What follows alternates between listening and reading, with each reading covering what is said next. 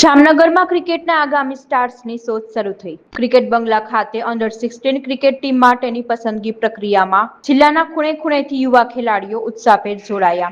મેદાન પર બેટ અને બોલની જંગ વચ્ચે પોતાના સપનાને સાકાર કરવા ખેલાડીઓ જોરદાર મહેનત કરી રહ્યા છે. સૌરાષ્ટ્ર ક્રિકેટ એસોસિએશનના સિલેક્ટરોની નજર હવે આ યુવા પ્રતિભાઓ પર છે. જામનગરના ક્રિકેટ બંગલા ખાતે ક્રિકેટ યુવાનો માટે મહત્વપૂર્ણ અને નિર્ણાયક ગણાતી અંડર-16 પસંદગી પ્રક્રિયા યોજાઈ. ક્રિકેટમાં કારકિર્દી બનાવવાનું સપનાને લઈને આશરે 80 જેટલા ખેલાડીઓ મેદાનમાં ઉતર્યા. દરેક ખેલાડી પોતાના શ્રેષ્ઠ પ્રદર્શન સાથે સિલેક્ટરોનું ધ્યાન ખેંચવાનો પ્રયાસ કરી રહ્યા છે.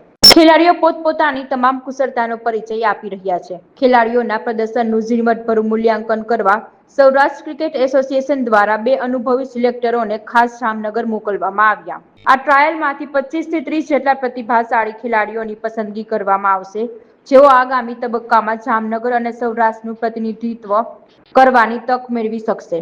યુવા ક્રિકેટરો માટે આ માત્ર પસંદગીની પ્રક્રિયા નથી, પરંતુ પોતાના સપનાઓને નવી ઉડાન આપવાનો અવસર છે. હેલો, મારું નામ નરેન્દ્રસિંહ જાડેજા છે. હું સૌરાષ્ટ્રનો એક્સ રણજી ટ્રોફી પ્લેયર છું. સિલેક્શન કમિટીમાં 20 વર્ષ સૌરાષ્ટ્રમાં રહ્યો છું અને અત્યારે હાલ એપેક્સ કમિટીમાં પણ છું. આજે Jamnagar district rural cricket association જેનું સિલેક્શન અંડર-16નું રાખવામાં આવેલું છે, જેના માટે સૌરાષ્ટ્ર ક્રિકેટ એસોસિએશને અમને અહીંયા નોમિનેટ કરેલા છે.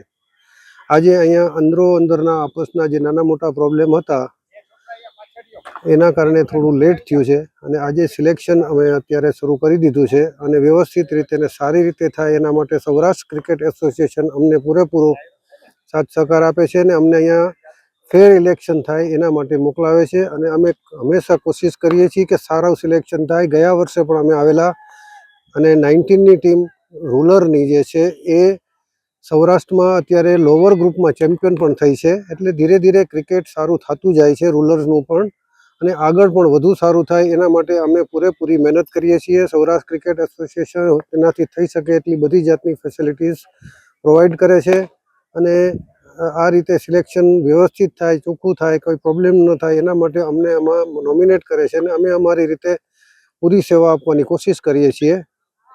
અમે અત્યારે સૌરાષ્ટ્ર ક્રિકેટ એસોસિએશનના કહેવાથી સિલેક્શન કરવા માટે થઈને જામનગર રૂરલમાં આવેલા છીએ. આ જ રીતે અમે અમરેલી જઈએ છીએ, બોટાદમાં પણ કરીએ છીએ. જ્યાં જ્યાં જરૂર પડે છે, જ્યાં જ્યાં કાંઈ ડિસ્પ્યુટ હોય છે, ત્યાં સૌરાષ્ટ્ર ક્રિકેટ એસોસિએશન સિનિયર પ્લેયરોને મોકલાવી અને એનું સમાધાન કરે છે.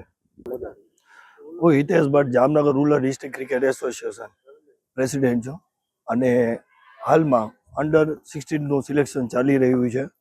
ત્યાં 80 છોકરા આવ્યા છે અને સૌરાષ્ટ્રમાંથી ન્યુટ્રલ સિલેક્ટર મૂકેલા છે.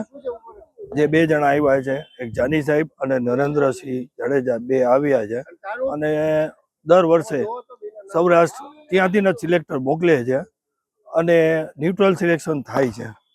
આ વર્ષે અમે અંડર-19 પ્લેટ ગ્રુપમાં ચેમ્પિયન થયા, જે બતાવી આવે છે કે Jamnagar rural district cricket association આજ સારી રીતે ક્રિકેટ ચાલે છે અને સૌરાષ્ટ્રે અમને સપોર્ટ કરે છે. અમે જ્યારે પણ સૌરાષ્ટ્ર ક્રિકેટ એસોસિએશનને કીધું છે કે ભાઈ સિલેક્ટર અમને મોકલો, ત્યારે એ લોકો ન્યુટ્રલ સિલેક્ટર મોકલે છે અને ન્યુટ્રલ સિલેક્ટર આપ શ્રી જોઈ જ શકો છો કે અહીંયા ન્યુટ્રલ સિલેક્શન ચાલે જ છે. અત્યારના 80 છોકરા આવ્યા છે તો એનું સિલેક્શન ચાલુ રહ્યું છે. બપોર પછી અંડર-23નું સિલેક્શન ચાલુ થશે બપોરના 4 વાગ્યા પછી.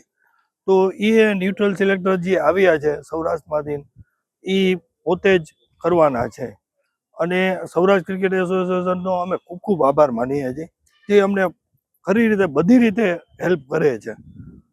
જેમ કે આજ જો સિલેક્ટર મોકલેલા, પ્લસ એની સાથે એ લોકો બધાય જે એના ઓફિસ વર્ક છે કે ગમે એ વર્ક છે કે ક્રિકેટને આગળ કેમ લઈ આવું, એના માટે અમે ગમે ત્યારે એમ કહી કે ભાઈ કોચને મોકલો. આમાંથી 30 બાળકો લેશે, 30 થી 25 બાળકો લેશે અને તે પછી એમાંથી છોકરાઓ ઉપર સ્ટેટ માટે ડિસ્ટ્રિક્ટ માટે રમવા જશે અને જે સારું પરફોર્મન્સ કરશે એ સ્ટેટ રમશે. ના, એ ખોટી વસ્તુ છે.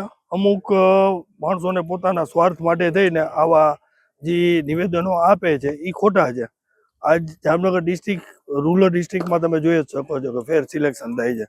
અમને આવું ફેર સિલેક્શન ન થતું હોય તો પ્લેટ ગ્રુપમાં ચેમ્પિયન ટીમ થાય જ નહીં. બીજું કે સૌરાષ્ટ્રમાં એ ફર્સ્ટ ક્લાસ ચાલે છે, એવું કોઈ વસ્તુ નથી.